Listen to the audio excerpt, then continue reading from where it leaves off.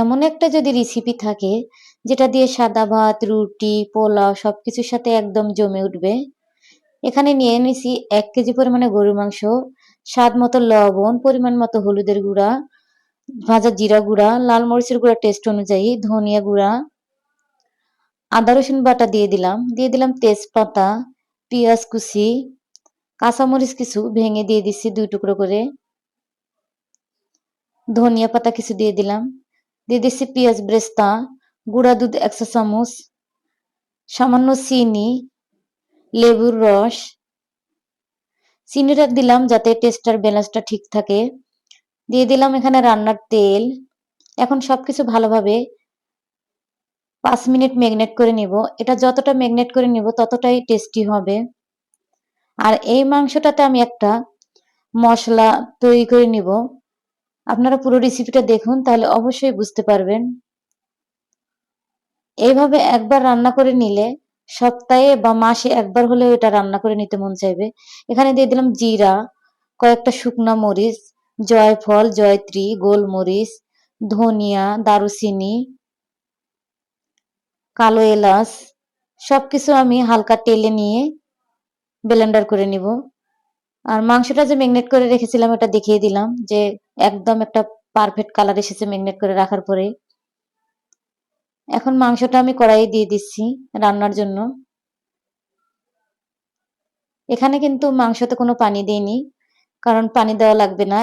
এই মশলাটা আমি মশলার পানি দিয়ে আগে কষিয়ে নিব মাংসটা। মাংস সিদ্ধর জন্য আমি পরবর্তীতে এখানে দিয়ে দেব গরম পানি। আশা করি পুরো ভিডিওটা দেখবেন। সেই তেলে নেওয়া মশলাটা আমি দিয়ে দিলাম ১ চা চামচ।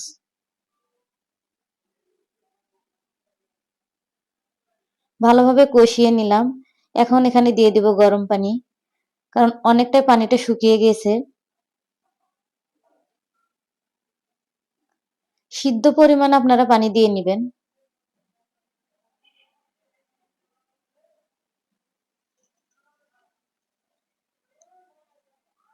আমার যখন একদমই আলসেমি লাগে তখন আমি এইভাবে রান্না করে নিলে সবকিছুর সাথে এই মাংসটা খাওয়া যায়। দেখতেই পাচ্ছেন এটা কতটা লোভনীয় এবং কালারটাও এসেছে মাংসর।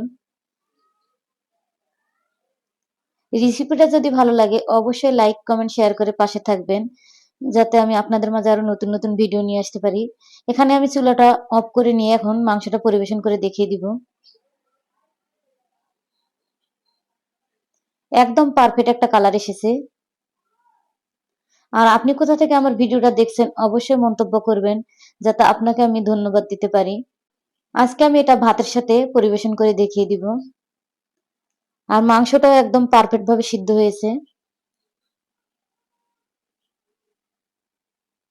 এইভাবে যে কাউকে বানিয়ে খাওয়ালে আপনার প্রশংসা করতে বাধ্য হবে।